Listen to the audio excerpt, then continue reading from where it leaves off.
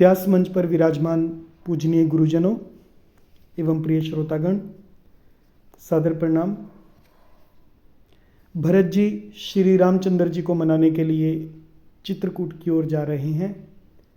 रास्ते में भरद्वाज मुनि के आश्रम पर हैं और भरद्वाज ऋषि ने उनकी सेवा के लिए, उनकी थकान मिटाने के लिए रिद्धियों और सिद्धियों को आदेश दिया। तो आगे की चौपाइयाँ सुनिए, उनका अर्थ भी सुनिए।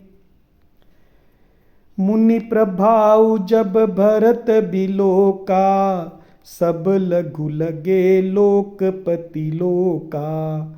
सुख समाजु नहीं जाय बखानी, देखत बिरति बिसारहि ज्ञानी। आसन शयन सुबसन बिताना, बन बाटिका बिहग मृग नाना। सुरभि फूल फल अमीय समाना, बिमल जलाशय विविध विधाना। असन पान सुचि अमीय अमी से, देखी लोग सकुचात जमी से। सुर सुर भी सुर तरु सब ही के, लखी अभिलाषु सुरेश सची के। ऋतु बसंत बह त्रिविध बयारी, सब कह सुलभ पदारथ चारी। स्रक चंदन वनितादिक भोगा, देखी हर्ष विस्मय बस लोगा। संपत्ति चकई भरतु चक, मुनियायस खेलवार। रामा मुनियायस खेलवार, तेहि निसी आश्रम पिंजरा। राखे भाभिनुसार।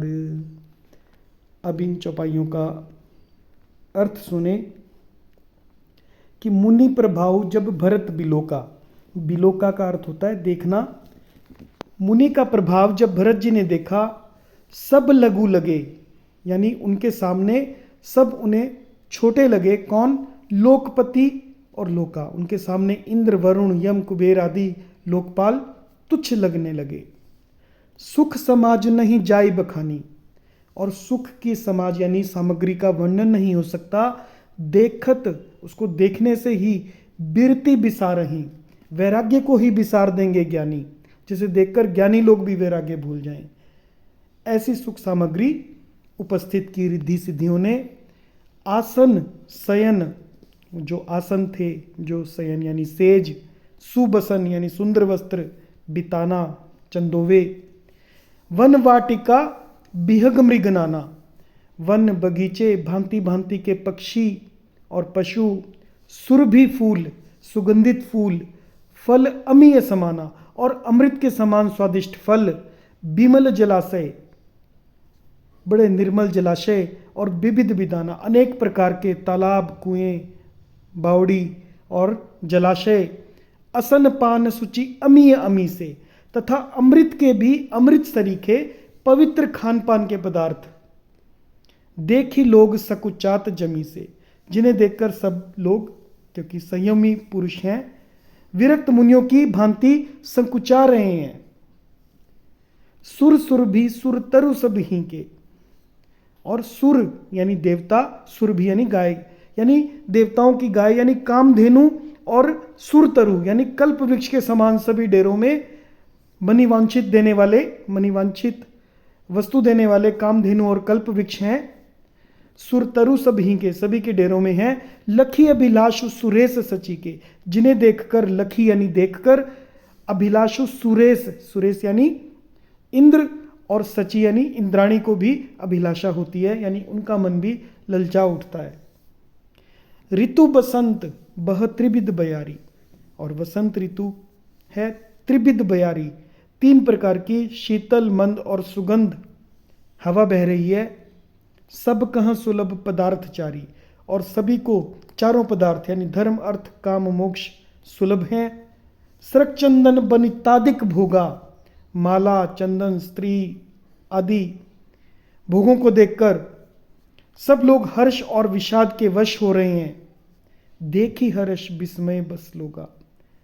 और इतना सब कुछ देखकर हर्षित भी हो रहे हैं कि मुनि का तप का प्रभाव और भोग सामग्रियों को देखकर, लेकिन विस्मित भी हो रहे हैं कि श्री राम जी के वियोग में नियम और व्रत से रहने वाले हम लोग भोग विलास में कहाँ फंसे, कहीं इनमें आसक्त होकर हमारा मन नियम और व्रतों को ना त्याग दे।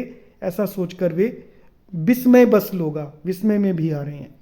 संपत्ति चकई भरत उचक, जो संपत्ति यानी भोग विलास की जो संपत्ति है वो चकवी है और भरत उचक, और भरत जी चकवा हैं। मुनि आयस खेलवार, और मुनि की जो आयस यानी आज्ञा है वो खेल है। तेहि निसी आश्रम पिंजरा राखे भा बिनुसार, जिसने निसी यानी रात्रि को आश्रम रूपी पिंजरे में, आश्रम पिंजरा यानी आश्रम रूपी पिंजरे में राखे भा बिनुसार, दोनों को बंद करके रखा और ऐसे ही सवेरा हो गया। और व्याख्या, जैसे किसी बहेलिये के द्वारा एक पिंजरे में रखे जाने पर भी चकवी और चकवे का रात को संयोग नहीं होता, वैसे ही भरद्वाज जी की आज्ञा से रात भर भोग सामग्रियों के साथ रहने पर भी भरत जी ने मन से भी उनका स्पर्श तक नहीं किया। जय सिया राम।